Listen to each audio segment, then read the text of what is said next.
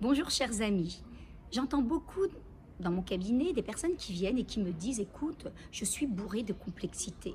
Mon enfant pense une chose, agit autrement, mon mari parle de cette façon et réagit encore autrement. Toutes ces complexités autour de moi, j'ai du mal à les maîtriser. Peut-être que je suis bipolaire aussi, c'est souvent ce que j'entends. Alors déjà, on est bien loin de ce qu'on appelle la bipolarité et la réalité c'est que cette complexité, c'est ce qui, en fait, eh bien, est mon moi, ce qui représente ce moi. Le moi n'est jamais simple et unifié.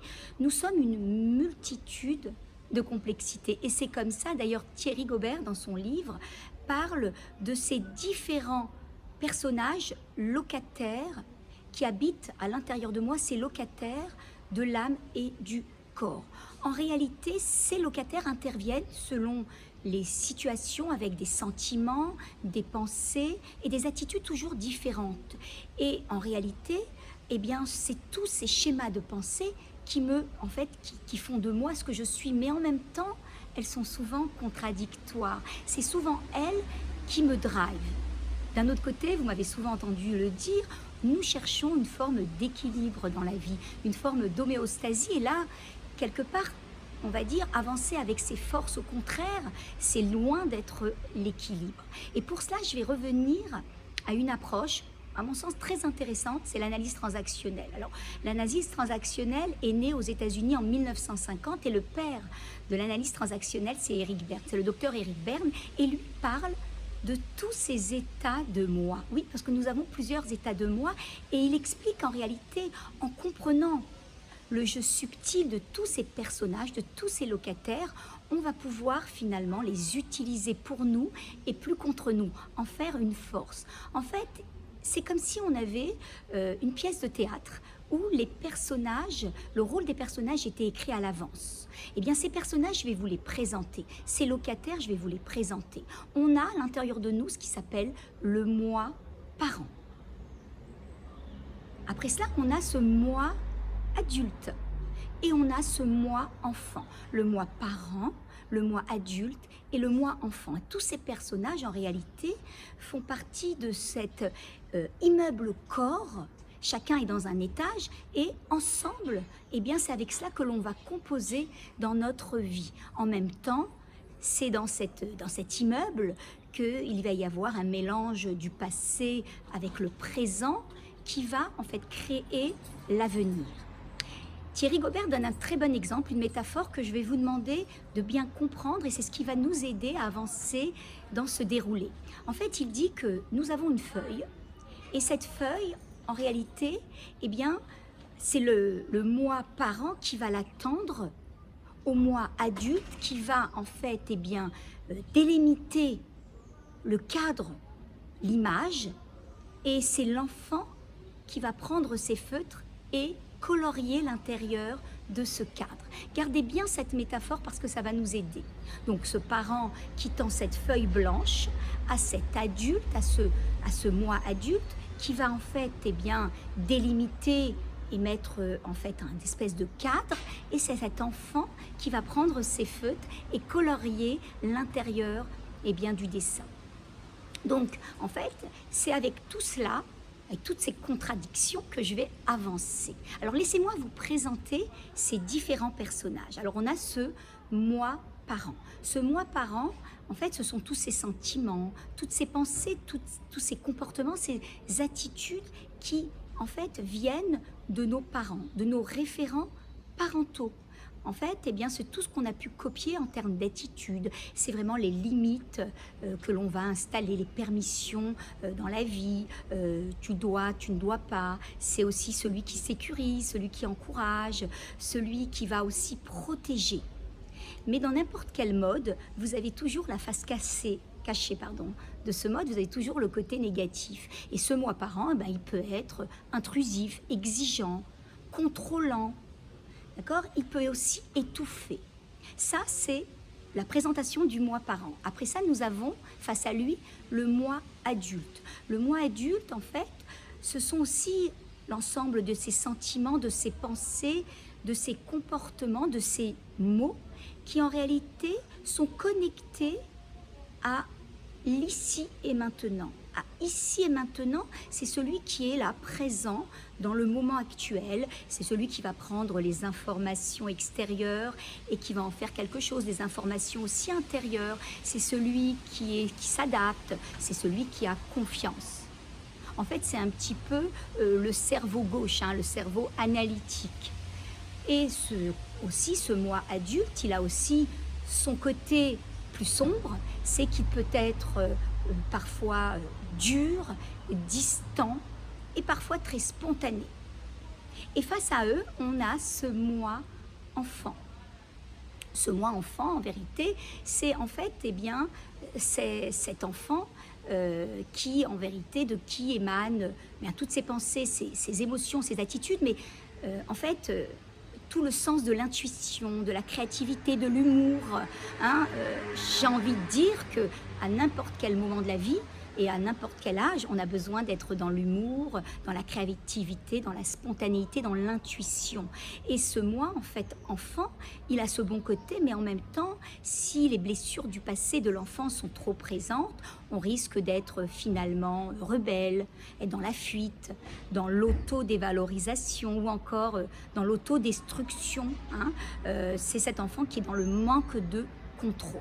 Alors pour revenir à cette métaphore que je vous ai donnée, en fait, ce moi parent va tendre la feuille à ce moi adulte et il va lui demander de dessiner le cadre de la vie, de mettre les limites, parce que chaque chose a besoin d'être limitée, a besoin d'être bordée. Et c'est cet enfant, en fait, qui va colorier à l'intérieur et qui va y mettre, on va dire, plusieurs atouts. Et vous allez comprendre pourquoi on en revient à ce moi enfant, parce qu'en réalité, c'est souvent dans ce moi enfant que nous nous retrouvons. Alors ce moi enfant, en réalité, il peut être aussi très victime. Il peut jouer la carte de la victimisation en disant personne ne veut de moi. Et face à cela, par peur du rejet, par peur de manquer d'amour, il va aussi créer ce qu'on appelle des relations fusionnelles. Il va développer certaines dépendances, des dépendances affectives. Et finalement, il va avoir un regard sur le monde, le regard de la victime. Face à lui, on va avoir la venue de ce parent adulte qui va jouer deux rôles, celui du sauveur, mais celui aussi du persécuteur. D'accord ? Il va venir et lui dire, écoute, tu ne peux pas faire ça. Si tu continues comme cela, tu vas droit au mur. Mais il va lui dire aussi, dans son rôle de sauveur, laisse-moi t'aider. Laisse-moi t'aider. Et face à ces deux personnages, on a celui qui va créer l'harmonie entre ces conflits internes. C'est le moi adulte. C'est celui qui va ramener en réalité cet enfant et ce parent à créer en fait une harmonie. Parce qu'il faut quand même savoir que chacun de ces rôles a son bon côté et on en a besoin. On a besoin par moment d'être spontané, d'être créatif, comme on a besoin par moment de mettre des règles dans la vie. Donc on a besoin de ces bons côtés. Mais il ne faut pas laisser, on va dire, le côté négatif prendre le dessus. Le problème, c'est que si vous vous regardez bien, quand vous réfléchissez, si vous allez prendre par exemple tous ces contrastes que vous vivez peut-être à l'intérieur de vous, les contrastes que vous vivez, par exemple, que vous ressentez chez votre enfant, chez votre partenaire, vous allez voir qu'on est souvent dans ce moi enfant, prisonnier, j'ai envie de dire, de ce moi enfant. Je vais vous donner un exemple. Par exemple, on va dire, je veux, non mais je veux pas. Ou alors, je pars, non, je reste. Ou encore, j'entends souvent à mon cabinet, c'est l'homme de ma vie, mais en fait, j'en veux plus. Vous voyez un petit peu ces contrastes qui font en réalité, me font pas avancer, me figent et me font souvent prendre des directions et faire des choix qui ne sont pas adaptés. Il va falloir créer un espace pour chacun de ces personnages et utiliser leur bon côté. Alors pour cela, mes amis, en fait, on ne peut pas changer quelque chose qu'on ne connaît pas. Il va falloir identifier en réalité ces petites voix qui sont à l'intérieur de nous, ces contrastes, les identifier, les comprendre, les reconnaître pour ce qu'elles sont. Parce qu'en réalité, quand on est dans la fuite, on ne peut rien avancer, c'est en contraire, en créant une forme de clairvoyance et en se disant là, tiens, c'est pas mon moi enfant qui se réveille là? Est-ce que je suis pas en train de réagir comme un enfant capricieux? Ou comme un enfant qui développe une forme d'instabilité? Ou alors est-ce que là je suis pas un peu trop psychorigide? C'est pas trop le côté du moi parent qui se réveille?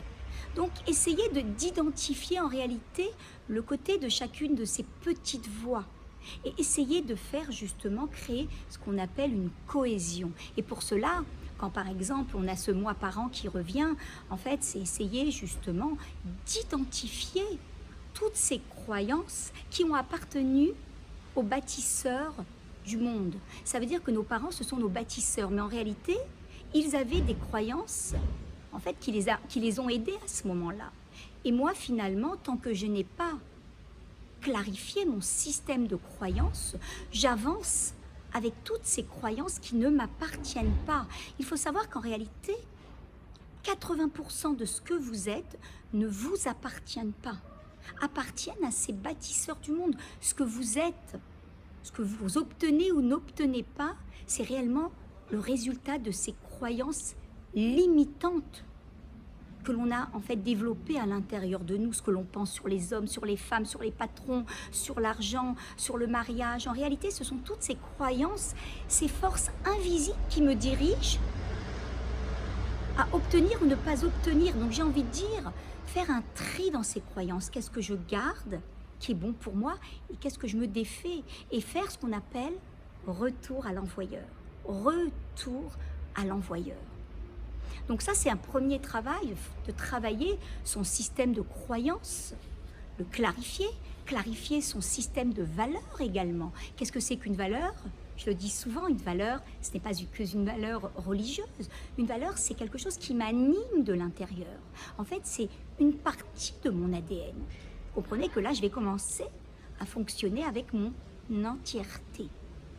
Après cela, quand j'ai ce petit mode enfant qui se réveille à l'intérieur de moi, essayez justement de faire remonter toutes ces blessures de l'enfance qui n'ont pas été en fait, qui sont là et qui suppurent. Essayez de mettre des mots sur les mots. Essayez en fait de donner une nouvelle conclusion, une nouvelle interprétation à toutes ces situations de l'enfance qui sont là et qui en vérité alourdissent mon présent. Parce que indirectement, c'est vrai que je ne vais pas changer mon passé, mais je vais changer assurément mon présent. Je vais avancer avec beaucoup plus de légèreté, en posant, j'ai envie de dire, un regard beaucoup plus bienveillant sur les choses, en pardonnant, et j'ai envie de dire, en me pardonnant. Parce qu'en réalité, nos référents parentaux ont fait ce qu'ils ont pu avec ce qu'ils avaient. Par contre, la personne à qui je dois pardonner, c'est à moi. C'est comment moi, j'ai pu me laisser en fait fragiliser par tout cela. Et là, automatiquement, je vais avancer avec beaucoup plus de légèreté, je ne vais pas m'encombrer. Et finalement, le moi enfant, eh bien, je vais l'utiliser pour pouvoir avancer dans ma vie. Alors voilà, c'est un mélange de tout cela. C'est un travail, il va falloir écouter ces petites voix à l'intérieur de moi, être observateur, comme je le dis souvent, pour pouvoir avancer, pour pouvoir d'abord se comprendre son entourage, parce que souvent on ne comprend pas les réactions des gens qui nous entourent et ça complique nos relations personnelles et les relations avec les autres. Donc je pense que cette capsule elle est extrêmement importante en termes de conscience de soi. Là, vous êtes rentré en fait dans une sphère de, j'ai envie de dire, de conscience supérieure. Utilisez cette capsule, réécoutez-la, parce que je pense qu'elle va être utile. Elle va vous permettre de vous comprendre, elle va vous permettre de vous aider et elle va surtout vous permettre de vous apaiser. Alors, en tous les cas, sachez que c'est toujours un plaisir de vous retrouver, de vous accompagner. J'essaye toujours de trouver des capsules qui vont pouvoir vous aider et qui touchent un petit peu toutes les problématiques de l'humain avec un grand H. Donc, réécoutez-la. Vous savez que vous pouvez me retrouver sur YouTube, où je poste énormément de matière, sur Instagram, sur Facebook. On est toujours connectés. Je vous souhaite le meilleur et surtout une très belle journée de congé. À très bientôt.